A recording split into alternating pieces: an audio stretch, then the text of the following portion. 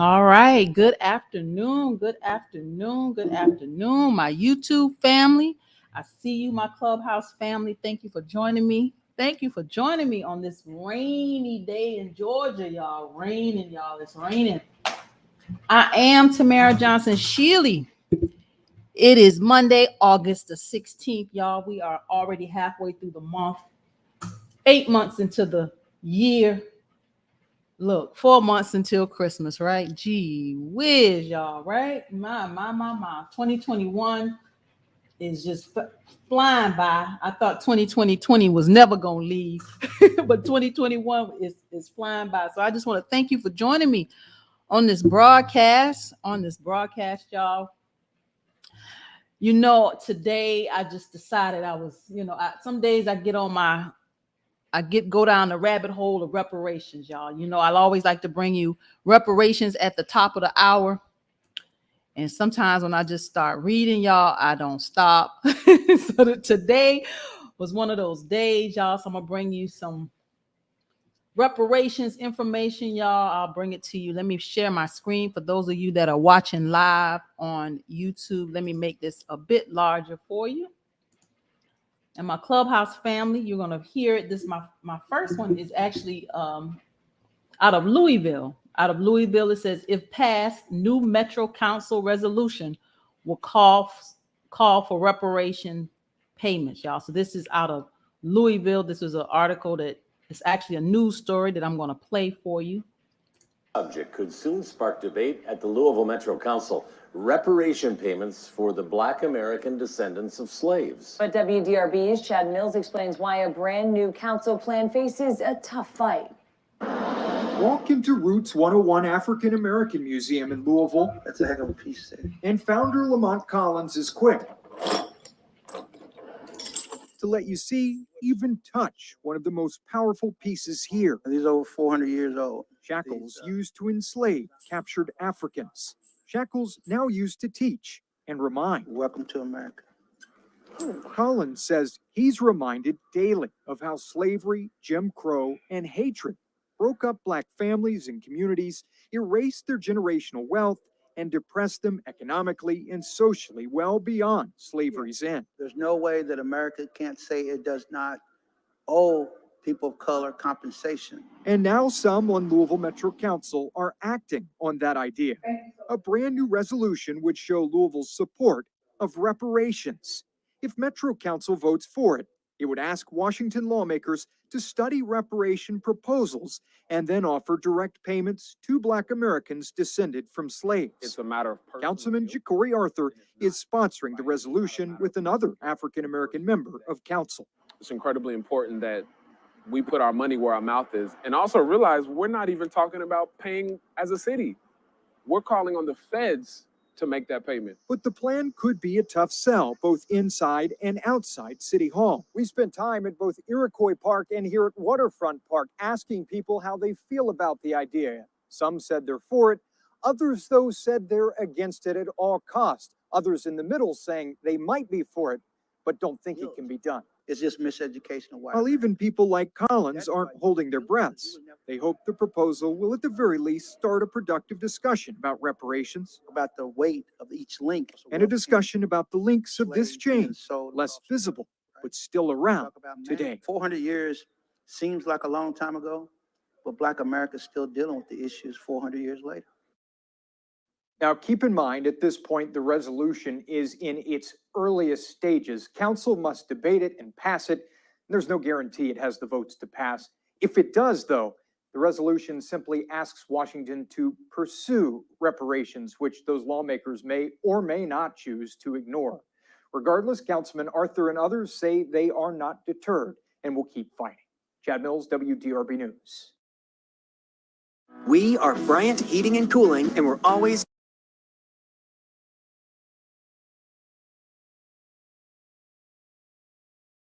Unmute. Okay, you can hear me now. So that was a news story out of Kentucky, Louisville, Kentucky, how they are pushing for the federal government as a city. They're not trying to create a reparations agenda like some of our other cities around the country that are trying to create their own agenda for reparations, which we all know is not reparations. So I appreciate the fact that Louisville is saying, let's focus on the federal initiative. We're not trying to create something that we know we can't do properly here in the city of Louisville. So I really appreciated this article out of this news story out of Louisville, Kentucky. So here's an event. It's called Redressing Racial Injustices Through Reparations and Solidarity. It's being hosted by the John M. Langston Bar Association of Los Angeles, y'all. It is Thursday, August the 12th. Who was the 12th? Oh gosh, y'all, we missed it, y'all. Oh, MG. I thought I'm behind y'all with this one, but this was an event that was called Redressing Racial Injustices Through Reparations and Solidarity. Lessons learned from the incarceration of Japanese Americans, slavery in America, and repeated suffering of inequalities by Black Americans. So gosh, if I can go back and find the link, I absolutely will, and see if there's some highlights. But this was just this past Thursday, y'all. We missed it. Gosh, I would have definitely participated so that we could hear. But I'll try to find the links for it. Here's another one, Greenbelt, Maryland, y'all. Greenbelt, Maryland. The council approves a referendum on reparations. It says the city council in Greenbelt approved a referendum that will ask voters whether to commission a study on what reparations could look like for African American and Native American residents in the Maryland city. So this is not just African Americans, this is Native American residents in the Maryland city. It says at the polls later this year, residents will be able to vote yes or no to a referendum on whether the council should appoint 21 members to a commission aimed at researching the feasibility of local reparations and how they could be established. Like, we real clear that this ain't reparations, y'all. Like, we clear, but here we go again. Greenbelt says the story of Greenbelt is the story of America in many ways. This is actually the mayor. He says from day one, African Americans were excluded from residency in the city. But at the same time, Black workers were involved heavily in building this city. This is the mayor. I told y'all we got to watch these mayors with this quote unquote reparations initiative, these agendas. It says the council approved the resolution with a 5-1 vote during a virtual session on Wednesday. It says the only opposing vote came from council member Silk Pope, who said the question's wording needed to be broader and that the federal government is better equipped to handle an issue with such a large scale. And he is absolutely right, y'all. Says for our 23,000 people in Greenbelt, I think it's too much to take on to do all the necessary research that needs to be done. It says there's so much research and staff that we need to really get to the bottom of who is eligible, and it needs to be very detailed and fair. This is the council member that voted no, y'all. It says, but if voters approve, the council would form a commission that would then have to investigate whether the city is capable of fulfilling reparations. Goes on to say the question will appear on the ballot during Greenbelt's November 2nd city election. So, oh, y'all, please keep your eye. Here's another city, y'all. They see the come up. They see the come up. They see the money grab. They see the opportunity. It could be another damn Town. For those of you that don't know the story of Town, I'm shouting it to the roof from the rooftops, y'all, that this is a city, a little community over in Athens. Wasn't a little community. It was a community over in Athens, Georgia, that the University of Georgia and the city of Athens got together under this urban renewal project and moved these people off their land, built a dormitory, built a parking deck. This was back in the 60s, and they're finally getting some restitution, right? Here it is, but check it out. The city of Town, the monies that should be coming to these people. Here we go with the reparations kind of agenda. They got a blueprint over here in Town. The monies that should be coming to these descendants, those monies are going through the city, funneled through the city to build a cultural center, to build, to do broadband for the city, and to give the city workers a raise. Now, y'all just took these people's money that should be for these descendants of this Lenin town, this community. You taking this money and funneling it through the city to do city business. Now, y'all better watch what these mayors are doing. This is monies that should be going directly in these people's pockets. I don't want to see another damn program. Cut the check. So we got to keep our eyes on, now we got to keep our eyes on Greenbelt, Maryland, y'all. They popping up everywhere. Reparations rabbit hole. I told you I was going down that rabbit hole today. I just kept reading. Got one more for you. This is Grace Who is making the case locally for reparations. It talks about this is in St. Louis. This is St. Louis. This is one of the residents. Last name is Daniel. It says Daniel is one of the thousands of residents living in zip code 63106, who it can be argued suffer from the long-term consequences of slavery and systemic racism that keep African Americans from attaining what so many white Americans simply inherit: family wealth built up over generations. So they're talking about this resident who is one of us. You know, we weren't able to build generational wealth in this, and this is specific to this zip code in this article 63106. Goes on to say, in recent weeks, Daniel, this is the resident, and many other residents in 63106 have taken interest in talk of reparations from their locally elected officials.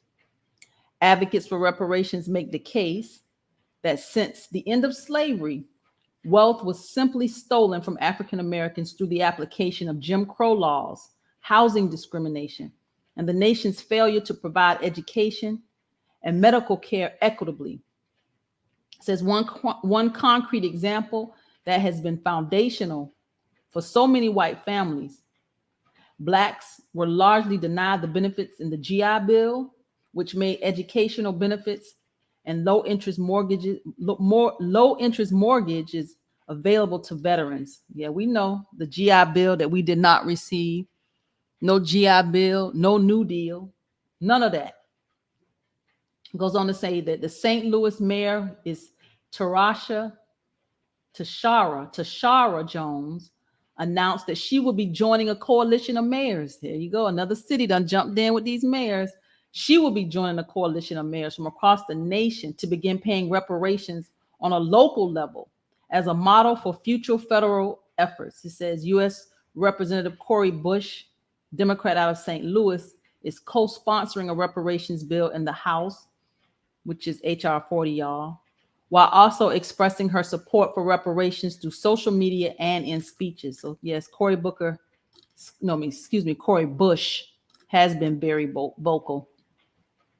If ever a case could be made for reparations, you can easily find it statistically and intimately, block by block, family by family in 63106. It says even before the pandemic, 63106, that's the area code, have been identified by researchers as having the most problematic social determinants of health. It says one data point most often cited is a child who was born in 2010 in 63106 could expect to live 67 years.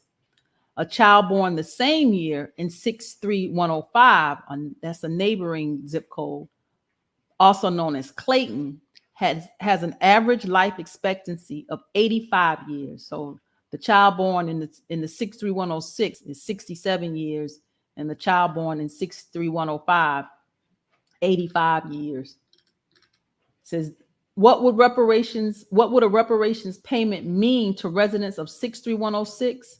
For Daniel, that's the resident. It could provide a down payment on a homestead. In the article, she'd been talking about having her piece of America, her plot of land, her 40 acres and a mule. It says for Ebony Smith Thomas, reparations could make a huge difference for her two sons, Clayton 5 and Kamari 16. Says Smith Thomas. Y'all, my computer is refreshing on its own.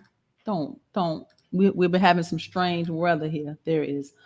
Smith Thomas suffered from lead poisoning Goes on to say Smith Thomas suffered from lead poisoning as a child when the owner of the apartment building where she lived failed to take lead painting mitigation measures. Smith Thomas, who has 2 master's degrees, now suffers from pericardiomyopathy, a condition that required a heart transplant a year ago. She says, my credit is horrible now that I'm sick.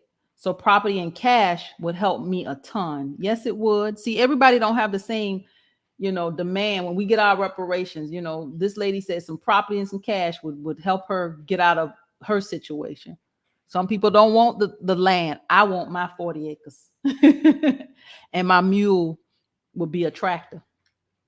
It says Misha Marshall, she earns $15 to $20 as a medical technician. She has long aspired to earn a degree that will qualify her to become a nurse practitioner, earning up to $85,000 annually.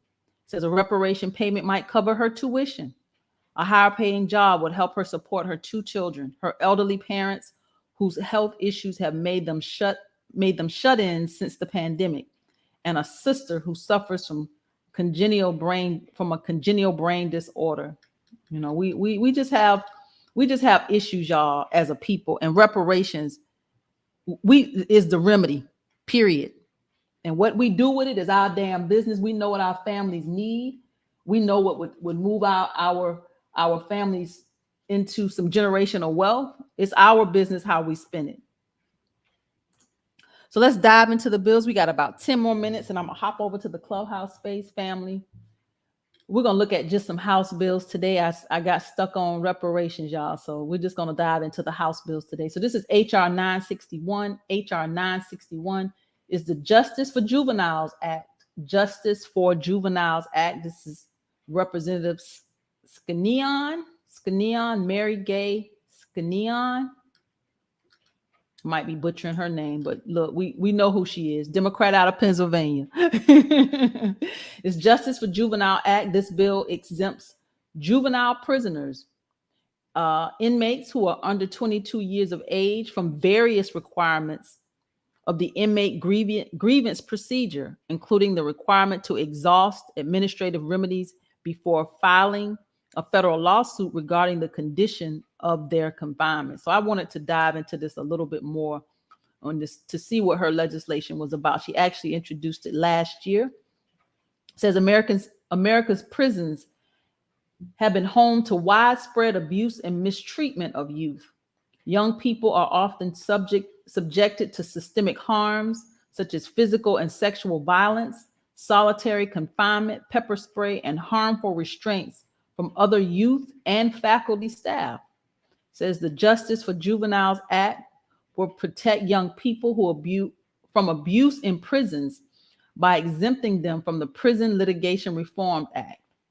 It says under current guidelines, the Prison Litigation Reform Act makes it difficult for abused youth to seek any remedy for their suffering by setting burdensome requirements before a lawsuit can be filed, limiting the types of relief that can be received, preventing lawsuits for emotional injuries, and creating obstacles that can impede retention of adequate legal representation. It says the Justice for Juveniles Act exempts youth from the requirements of the Prison Litigation Reform Act to ensure that they are properly protected from abuse in these institutions. So she is very intentional about the young prisoners, the Justice for Juveniles Act, y'all. H.R. 962. H.R. 962 is Law Enforcement Equity Act. I found this one quite interesting. Representative Pasquarello, we've heard of him, Democrat out of New Jersey. This bill expands the definition of law enforcement officers under provisions of the Federal Employees Retirement System and the Civil Service Retirement System. So they are expanding the definition of what it means to be a law enforcement officer.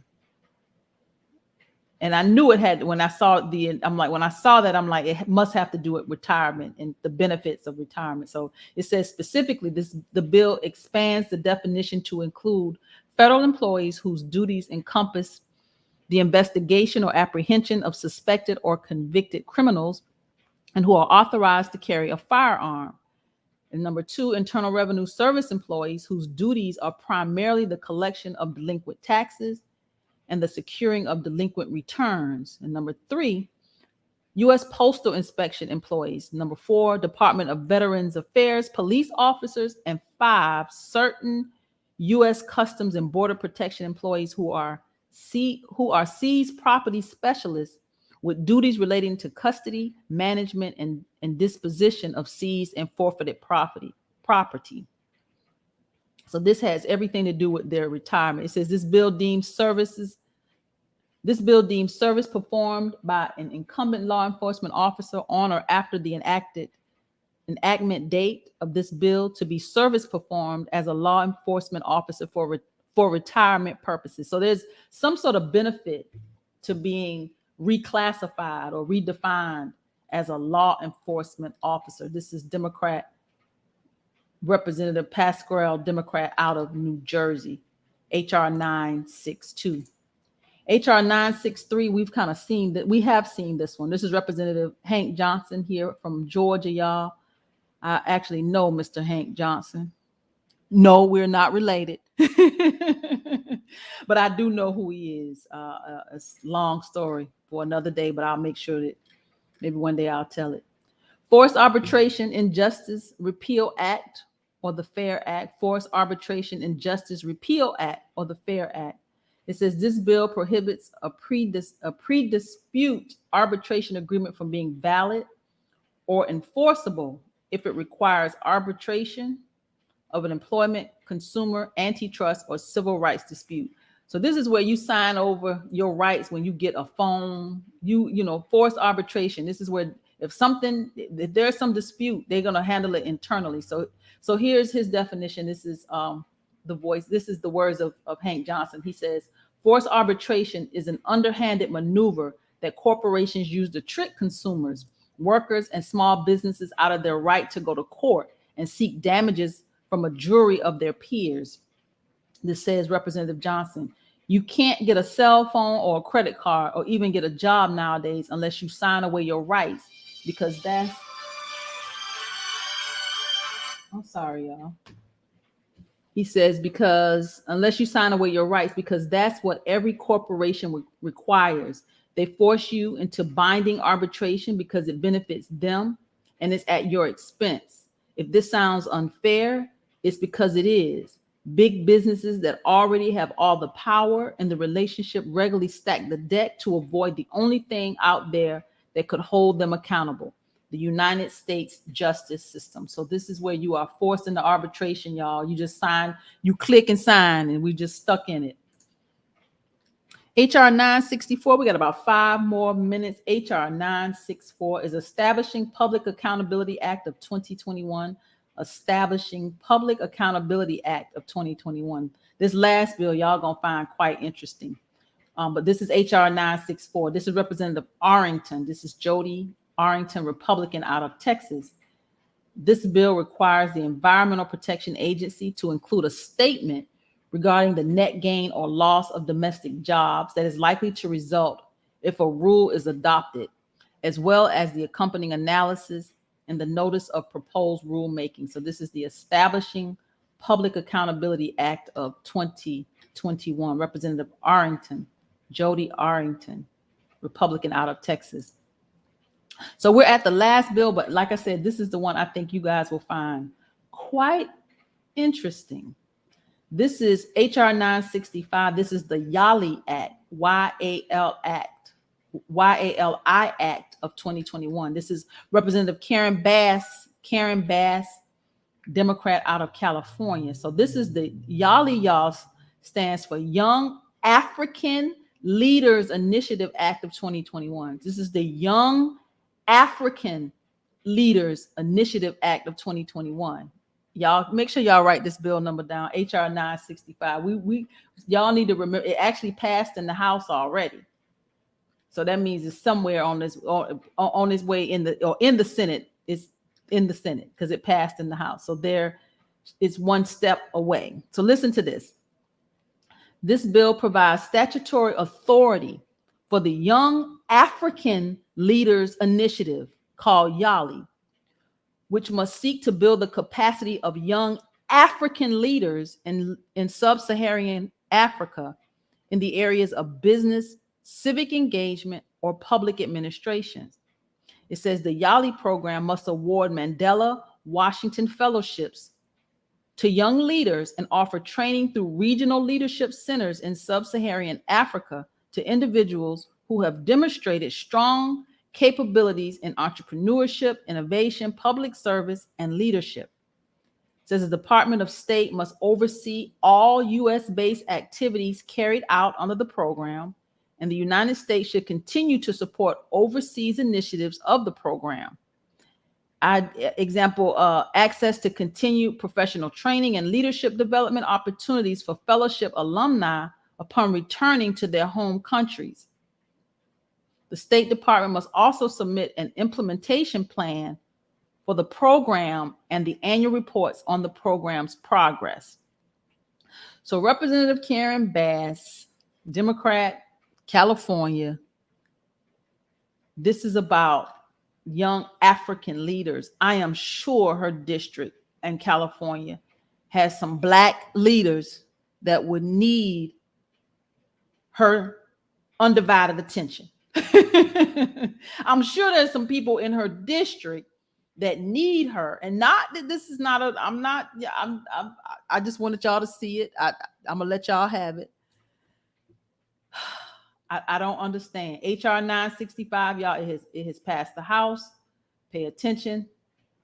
Keeping up with Congress. Keeping up with Congress. Karen Bass, I'm sure there's some Black people in your district that could really take advantage of these programs, of this program that is being initiated in sub-Saharan Africa. I don't know what this is, why this is, but I'm gonna let y'all have it. Keeping up with Congress, y'all. And we are at the half hour. I just want to thank you. You know, I come to you Monday, Tuesday, Wednesday, Thursday, 5 p.m. Eastern Standard Time to 5:30 p.m. Eastern Standard Time. And then I come over to the clubhouse space and we chop it up over there. But keeping up with Congress, y'all, we will not get reparations without negotiations. It won't happen. So I don't know what this Karen Bass is doing and how we need to use this in the future, but let's make sure that we keep that one and hold on to that one, because I think that's going to come back in some capacity.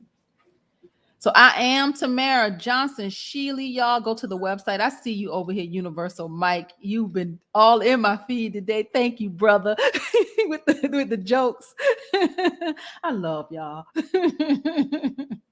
I love y'all. So I will see you tomorrow, 5 p.m. Eastern Standard Time. Y'all, please go to the website. Please go to the website. Y'all, I know August is a hard month. I know the kids going back to school.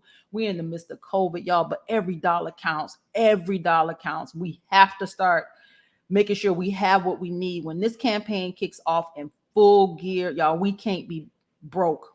So please go to the website. We're saving, we're spending strategically. You know, we're getting ready, because this is about to be a serious showdown. Serious showdown. Election day is May 24, 2022. Go to the website. It's Tamara, TAMARA 4 FOR Georgia spelled out.com. Go to the website. Please, y'all, make a donation. No amount is too small. I'll see you tomorrow, family. Thank you for tuning in for Keeping Up with Congress. I am Tamara Johnson Shealy, your candidate for the United States Senate. I'm a progressive Democrat that believes that reparations will make America great. It is time that we bridge the divide in this country. Please go to the website. That's tamara4georgia.com. www.tamara4 Georgia spelled out.com. Please join me Monday, Tuesday, Wednesday, Thursday, 5 p.m. Eastern Standard Time, right here for Keeping Up with Congress.